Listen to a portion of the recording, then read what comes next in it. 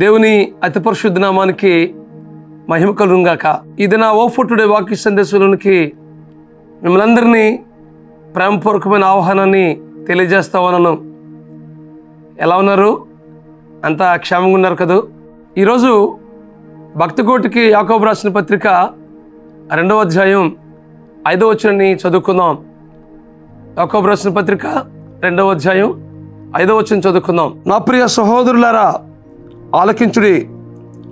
ఈ లోక విషయంలో దరిద్రులైన వారిని విశ్వాసమందు భాగ్యవంతులుగాను, తను ప్రేమించే వారికి తాను వాగ్దానం చేసిన రాజ్యమునకు వారసులుగాను ఉండుటకు దేవుడు ఏర్పరచుకునేదా? ఈ ప్రశ్న దేవుడు ఎందుకు ఏర్పరచుకున్నాడు అని చివరిగా ప్రశ్నిస్తున్నాడు కదా. ఎందుకోసమనంటే దేవుని రాజ్యానికి మనం అందరం వారసులు కావాలని.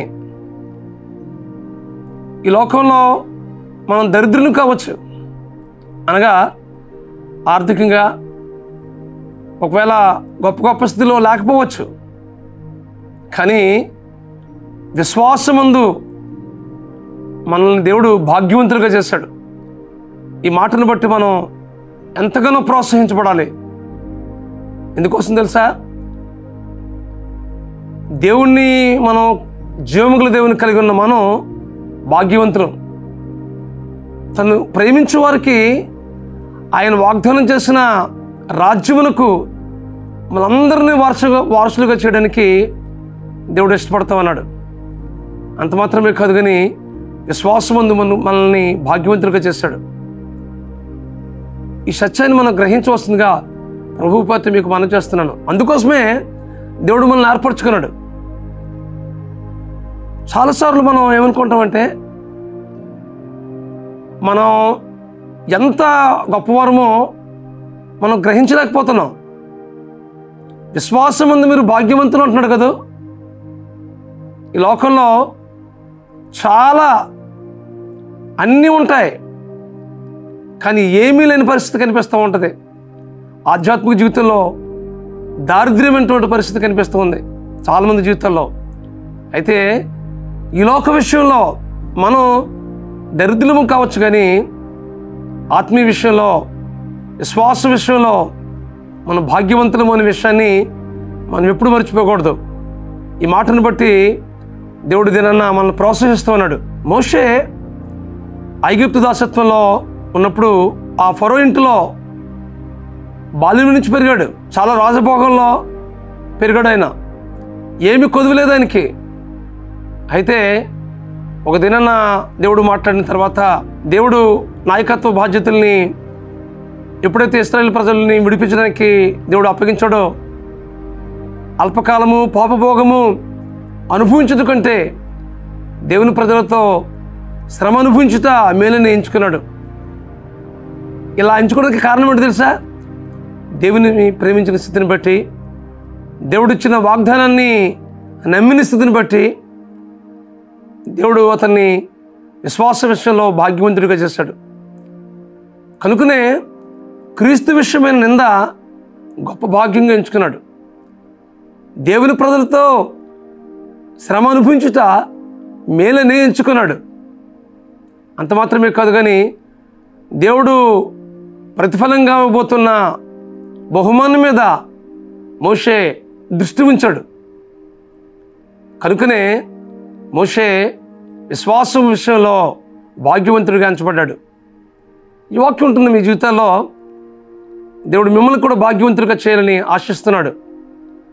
ఎప్పుడునంటే ఆయన ప్రేమించిన వారంగా, ఆయన వాగ్దానం చేసిన రాజ్యానికి వారసులుగా మనల్ని చేయాలని దేవుడు ఏర్పాటు చేసుకున్నాడు. తద్వారా మనం ఈ విశ్వాస ప్రయాణంలో మనల్ని భాగ్యవంతులుగా చేశాడు. ఈ లోకం విషయంలో ఒకవేళ మనం ఏమీ లేనివారు కానప్పటికీ విశ్వాస విషయంలో భాగ్యవంతులుగా చేశాడు. ఎందుకంటే మన దేవుడు సమస్త ఐశ్వర్యాన్ని కలిగిన వాడు. ఆయన సమస్తము ఆయన యందే గుప్తంలో ఉన్నాయి. బుద్ధి, జ్ఞానము, సర్వ సంపదలు ఆయన యందే గుప్తమై ఉన్నాయి. విషయాన్ని మీరు గ్రహించవలసిందిగా ప్రభు పేత మీకు మనవి చేస్తున్నాను. కాబట్టి మనం ప్రభువునందు సంపూర్ణమైన విశ్వాసం ఉంచి ఆయన మీద ఆధారపడుతూ ఆయన ఇస్తున్న ప్రతి వాగ్దానాన్ని మనం స్వతంత్రించుకుంటూ ఈ లోకంలో ఆయన మీద ఆధారపడుతూ బ్రతకవలసిన వారమైనా కనుకనే దేవుడు మనల్ని ఏర్పరచుకున్నాడు. ఆయన కుమారులుగా, ఆయన కుమార్తెలుగా మనం పిలుచుకున్నాడు. ఈ వాక్యం ఉంటున్న మీ జీవితాల్లో ఇంకా ఆయన పిలుపుకి మీరు స్పందించట్లేదా? ఆయన మిమ్మల్ని ప్రేమించి విశ్వాస విషయంలో భాగ్యవంతులుగా చేయాలని ఆశపడుతున్నాడు. కాబట్టి ఈ లోక విషయంలో మనం దరిద్రుల మీద కావచ్చేమో కానీ విశ్వాస విషయంలో భాగ్యవంతులుగా చేయడానికి, తద్వారా ఈ లోకంలో చాలించిన తర్వాత నిత్యత్వంలో ఆయన గొప్ప బహుమానాన్ని ఇవ్వబోతున్నాడు.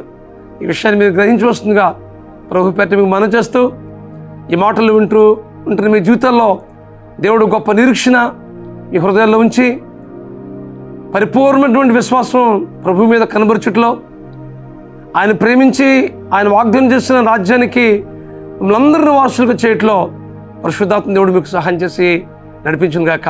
ప్రార్థన చేసుకుందాం. రమాస్వరూపుడా, మహాకృపగల మా తండ్రి, ఈ వాక్యం ఉంటున్న మా ప్రియుల జీవితాల్లో విశ్వాస విషయంలో మీరందరినీ భాగ్యవంతులుగా చేయడానికి మీరు ఏర్పాటు చేసుకుని మీ ప్రేమను బట్టి మీకు స్తోత్రం చెల్లిస్తున్నాం ప్రభువా.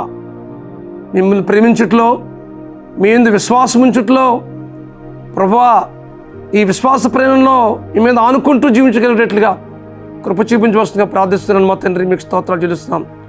ఇదిగో ప్రభువా, మీ రాజ్యానికి వారసులుగా చేయడానికి కోసం ఏర్పాటు చేసుకుని మీ ప్రేమను, మీ ప్రణాళికను, మీ ఉద్దేశాలు బట్టి ప్రభువా మీకు స్తుతిస్తూ మీ నామాన్ని మహింపరుస్తూ వీళ్ళందరినీ ప్రభువా విశ్వాస విషయంలో భాగ్యవంతులుగా చేసి మీ రాజ్యానికి వారసులుగా చేసి మిమ్మల్ని ప్రేమించి మీ మీద సంపూర్ణంగా విశ్వాసం ఉంచి తద్వారా మీ రాజ్యానికి వారసులుగా చేయమని, అటు ఏర్పాటును మీరు జీవితంలో జరిగించమని మా ప్రభువును, మీ ప్రియ కుమారుడును, మా రక్షకుడునైనా యేసుక్రీస్తు నామములో ప్రార్థించి పెడుకుంటున్నాం తండ్రి.